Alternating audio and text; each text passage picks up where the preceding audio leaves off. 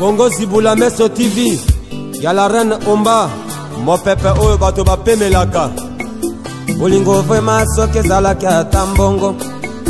Wena sangi na la reine Omba pesanga ta alumenia. Mama yo yo yo yo yo yo. Automatique ba mama la reine Omba. Moko ba mama la reine Omba. Mama la reine Omba. Balo bio za mo pepe. Bapekisaka mota pemba te. Umela. Mama wo wo la reine Omba.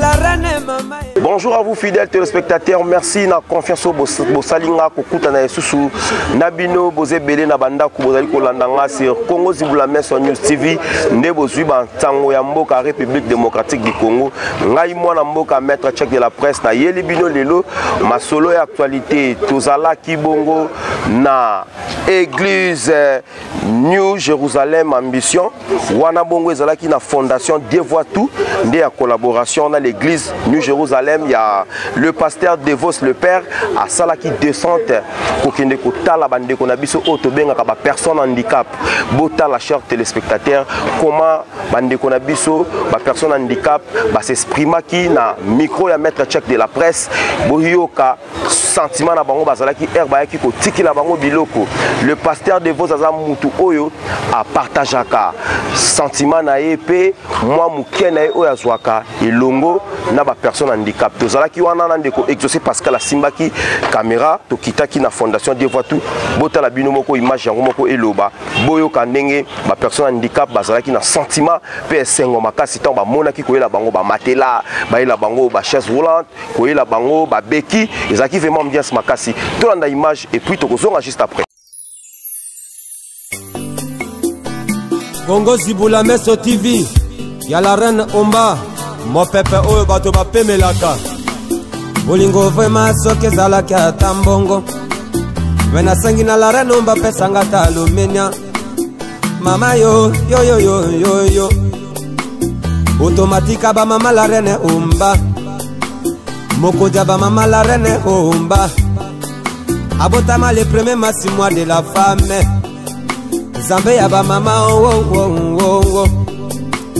Mama na Freddy Vicky, mama la reine Omba. Mama yo yo yo yo yo yo yo.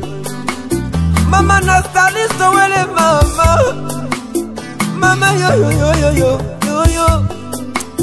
Mama na Berti la mona monele. Mosi ya maeso de mudesi mama. Mama yo yo yo yo yo yo. La reine Omba yo yo yo.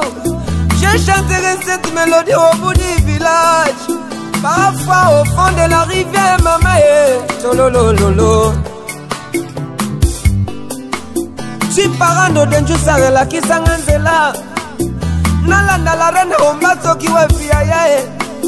Ngana lela kayo he mama. Ngana lela kayo he Omba. Ngana lela kayo he la reine.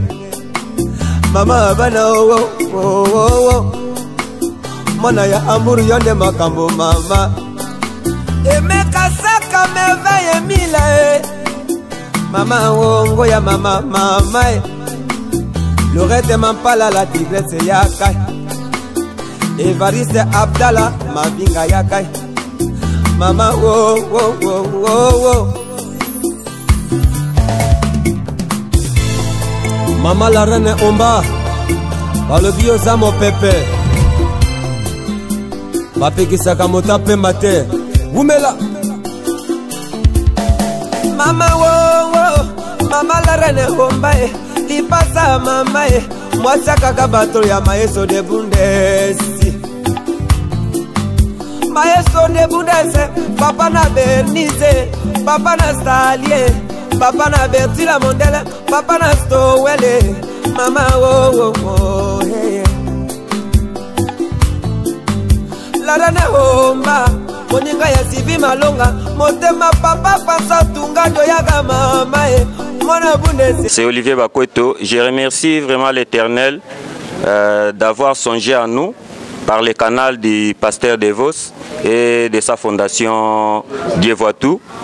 Et nous demandons que l'Éternel bénisse le pasteur Devos et sa fondation ainsi que son ministère, ainsi que tous ses collaborateurs et tous ceux qui ont songé à nous. Vraiment veiller, songer à nous davantage pour que pasteur Devos puisse nous venir en aide comme d'habitude, comme il nous a aidés aujourd'hui. Nous sommes vraiment très ravis, d'avoir un pasteur qui songe à nous, parce que la plupart des pasteurs ne songent vraiment pas à nous. Mais lui, son ministère a préféré partager avec les personnes vivant avec handicap. Vraiment, c'est une joie immense, c'est une joie très immense. Maman donc si merci mingi. Nzama batela papa na misala na ye. Kuna nzala na makoki oso mabekite me papa kaniselinga. Na nzela na yango nzama pambola. Abakse mingi na misala na ye. Nzela ya fondation Dieu voit tout, Dieu ma vie. Vraiment na zong si matondi mingi. Pe Monsieur Jordi. Yom to zuli kanisi siko zali. Eboa kamite yeko sungangai na nzela ya prince lelo prince akotambola na kimia nzambe oto sambelaka azongisa ya mingi na monsieur Jordi na fondation Dieu voit tout Jordi Muyolo nzamba pambola yo on a yoka kiti pasteur azolo ba ke yo muto tindi chaise roulant donc tindi yango pona biso nzamba e bako pambola a pambola fondation pe a pambola ministère ya pasteur et Kendeli Bosso. Tiens à remercier le coordonnateur principal, le coordonnateur adjoint avec qui nous évoluons ici à Kinshasa, lui qui est en séjour chez nous, de sa dotation à l'école, de tout ce qu'il nous a amené pour la création d'un centre de l'informatique.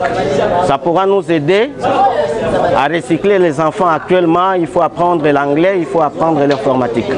Alors ce qu'il a fait pour nos enfants, qui viendront assister avec enthousiasme, en tout cas, ça nous laisse à cœur. Nous tenons à lui remercier très sincèrement et que cette occasion ne soit pas la dernière. Que Dieu bénisse ses activités, que Dieu bénisse son ministère. C'est tout ce que j'avais à lui présenter comme remerciement de tout ce qu'il a fait pour nous, des machines à coudre, des ordinateurs. Nous avons des imprimantes qui sont là. Vraiment, c'est un geste très louable pour nous et pour la jeunesse congolaise.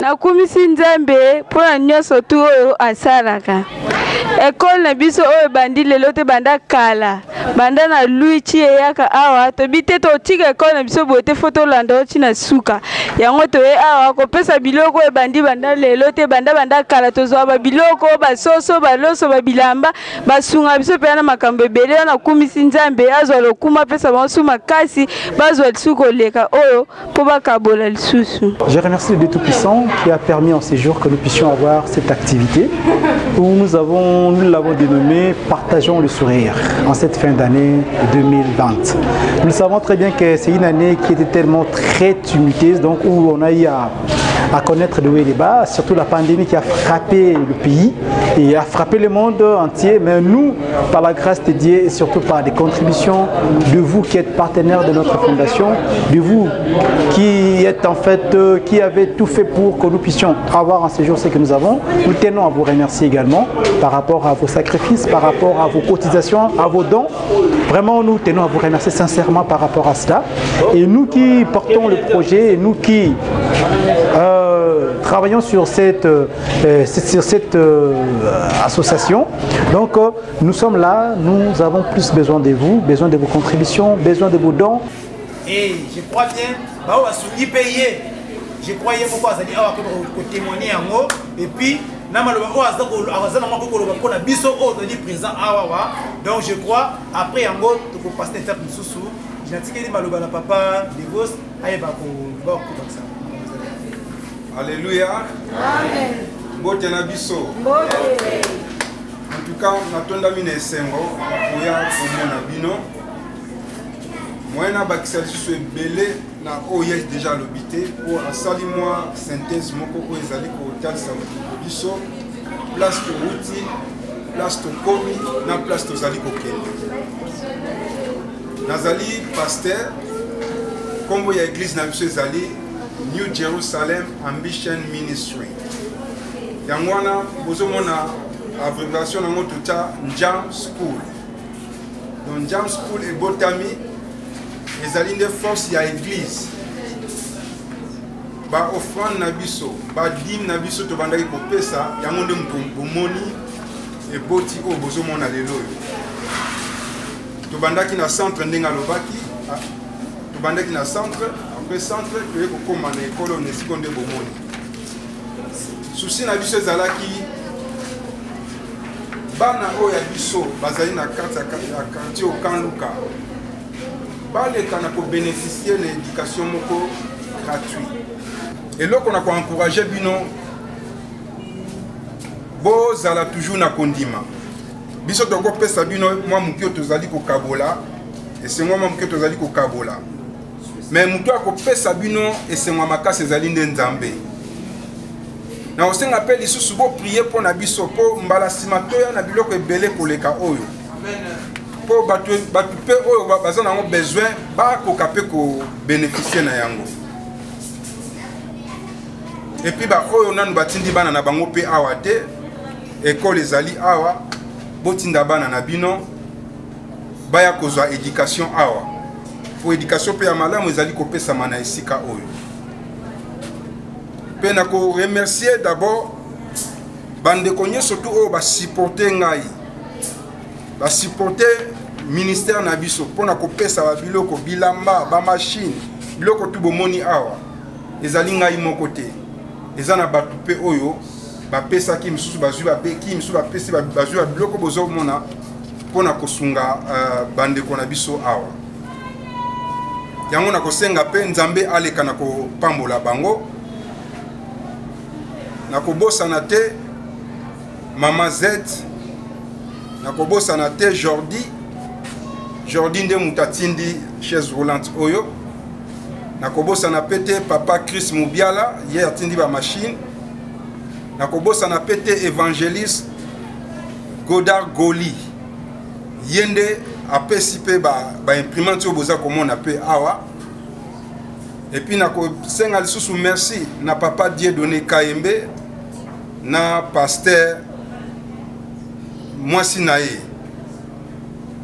Nadine na kosenga epe merci mingi na contribution na bango ba otu ba pesi ba bilamba so na bina tanga ba kombo na kokokate baza mwa mingi nzambe aleka na kopambola bino bisika tu bozali otu bozali komona bandeko ba ko bénéficier na ngo awa ezali œuvre oyo bino bosalaki pe na kosenga susu merci na papa Philippe na mama Samantha na kosenga pe merci na Patrice Nana na maman Mirabelle sa femme na bana nanga nyoso tu oyo bazali pe kosunga ngai na musala oyo na kosenga na bango vraiment merci na yango nzambe aleka na kopambola bino bozala toujours patient na biso na ebike non na ba mikolo ekoya na bambula oyo ekoya bisika oyo ekozala boite et puis bokoza su biloko ya ebele koleka. Donc tous à la kondima bien-aimé de Dieu, nzambe aleka na kopambola bino na kombo na Yesu Kristo masi. Oui, tokomi na suka ya entretien na biso, je crois bino bomoni ba image yango mo elobi et puis yemoko le pasteur Devos boyoki comment à s'exprimer na micro ya Congo Zibula sur News Télévision. Wana tokomi kokoma na suka ya tanche na biso na remercier batu nyonso oyo ba randa kingai bon service na émission oyo si ma caméra nazalaki na Exaucé Pascal na montage nazalaki na ya route d'aller restaurer et puis na remercier lisusu la reine patronne Omba na ba motivation azali kosala biso na mobali na ye maestro katuse ko na mboka Hamburg Joana na Bundes na saluer bango elongo na bana na bango bo continuer toujours kosala biso ba suggestion na bino nde kosala ke biso to sala musala na malamu ekende liboso wana remercier batu nyonso bakozwa libaku ya kolanda émission oyo idéologie to monani sima mikolo kaka na même tranche. Au revoir botika la malamu na bandako na bino. Congo Zibula Meso TV ya la reine Omba mopepe oyo bato bapemelaka bolingo vrema soki ezalaki ata mbongo me nasengi na la reine Omba pesanga ta alumenia mama yo yo yo yo yo yo automatika ba mama la reine Omba mokoja ba mama la reine Omba mama la reine Omba balobi oza mopepe bapekisaka moto apemba te gumela mama wo la reine Omba la reine mama